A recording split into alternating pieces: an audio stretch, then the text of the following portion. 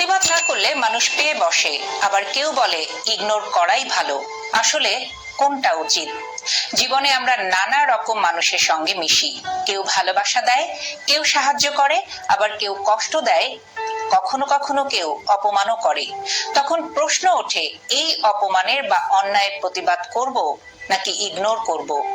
অনেকে বলে প্রতিবাদ না করলে মানুষ পেয়ে বসে, আবার কেউ বলে সতর্কভাবে উপেক্ষা করাই সবচেয়ে বড় উত্তর। তাহলে আমরা কি করব? এই প্রশ্নের উত্তর একপাক্ষিক নয়, বরং এটা পরিস্থিতি নির্ভর, মানুষ ভেদে পরিবর্তনশীল। আসুন এই বিষয়টি একটু বিশ্লেষণ করে দেখি, কখন প্রতিবাদ করা উচিত আর কখন ইগনোর করাই শ্রেয়। নাম্বার 1, প্রতিবাদ আত্মসম্মানের রক্ষা। প্রতিবাদ মানে শুধু গলা ফাটিয়ে চিৎকার করা নয়, এটা নিজের অবস্থানকে স্পষ্টভাবে জানানো, অন্যায়ের বিরুদ্ধে দাঁড়ানো, নিজের সম্মান রক্ষা করা। যখন কেউ ইচ্ছাকৃতভাবে আপনাকে অপমান করে, ছোট করে, কিংবা আপনার অধিকার কেড়ে নেয়, তখন চুপ করে থাকলে তারা বারবার সেটা করবে। তখন প্রতিবাদ না করলে আপনি দুর্বল হিসেবে বিবেচিত হবেন। উদাহরণস্বরূপ বলা যায়, যদি অফিসে কেউ আপনার কাজের কৃতিত্ব অন্যের নামে চালিয়ে দেয় আর আপনি কিছু না বলেন, তাহলে সেটা বারবার ঘটবে। আপনি যদি স্পষ্টভাবে, শান্তভাবে বলেন, এই কাজটা আমি করেছি, এটা আমার প্রাপ্য স্বীকৃতি, তাহলে দেখবেন পরবর্তীতে কেউ আর আপনার কৃতিত্ব কেড়ে নিতে সাহস করবে না। পারিবারিক বা সামাজিক ক্ষেত্রেও যদি বারবার অন্যায় আচরণ সহ্য করেন, তাহলে মানুষ আপনাকে সহনশীল নয়, দুর্বল ভাবতে শুরু করবে। তখন তারা আপনার সীমা অতিক্রম করতে একটুও দ্বিধা করবে না। নাম্বার 2, ইগনোর, পরিণত মানসিকতা ও শান্তির কৌশল। সবসময় প্রতিবাদ করাও বুদ্ধিমানের কাজ নয়। অনেক সময় কিছু মানুষ বা মন্তব্য এতটাই তুচ্ছ যে সেগুলোতে প্রতিক্রিয়া দেখানো মানে নিজেকে ছোট করা। তখন ইগনোর করাটাই সবচেয়ে শ্রেয়। ধরুন কেউ সামাজিক মাধ্যমে আপনাকে নিয়ে বাজে মন্তব্য করলো, আপনি যদি প্রতিটা নেতিবাচক মন্তব্যের জবাব দেন, তাহলে আপনি তাদের লেভেলে নেমে পড়লেন। সেই ক্ষেত্রে নীরবতা একটি শক্তিশালী অস্ত্র। অন্য একটি উদাহরণ হতে পারে যে পাড়ার এক ব্যক্তি সব সময় অকারণে ঝগড়া করে, নেতিবাচক কথা বলে। আপনি যদি প্রতিবাদ তার কথার জবাব দেন, তাহলে আপনাকেও তার মতোই মনে করা হবে। বরং ইগনোর করলে সে নিজের অদ্ভুত আচরণের মধ্যেই একসময় একঘরে হয়ে যাবে। নাম্বার 3, প্রতিবাদ না করা মানেই সবসময় ইগনোর নয়। অনেকে ভাবেন প্রতিবাদ না করা মানেই দুর্বলতা, কিন্তু বিষয়টা সবসময় তা নয়।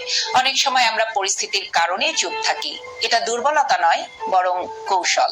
ধরুন আপনি একজন শিক্ষার্থী কিংবা শিক্ষক, আপনাকে অন্যায় শিকার হতে হচ্ছে। আপনি সরাসরি প্রতিবাদ না করে হয়তো উচ্চতর কর্তৃপক্ষের মাধ্যমে বিষয়টি উপস্থাপন করতে পারেন। এটাও এক ধরনের প্রতিবাদ, শান্ত, কৌশলী ও ফলপ্রসূ। নাম্বার 4, কোনটা কখন প্রতিবাদ করুন? যখন আপনার আত্মসম্মান ক্ষুণ্ণ হয়। অন্যায় চোখে পড়লেও চুপ থাকা অন্যায়ের অংশ হয়ে দাঁড়ায়।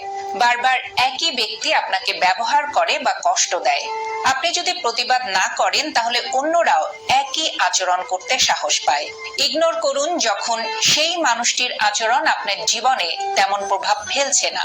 প্রতিবাদ করলে পরিস্থিতি আরো খারাপ হওয়ার সম্ভাবনা থাকে। কিছু বললে সেই মানুষটি কখনো বদলাবে না, বরং আপনার মানসিক শান্তি কেড়ে নেবে। আপনি যদি তাকে গুরুত্ব না দেন, তাহলে সে নিজেই একটা সময় সরে যাবে। নাম্বার 5, প্রতিবাদ ও ইগনোরের মিলিত কৌশল। সত্যিকারের বুদ্ধিমানেরা জানেন কখন প্রতিবাদ করতে হয় আর কখন ইগনোর করতে হয়। অনেক সময় আমরা প্রতিবাদ করি, কিন্তু তা হিংস্র বা অপমানজনক হয়, ফলে বিপরীত ফল হয়।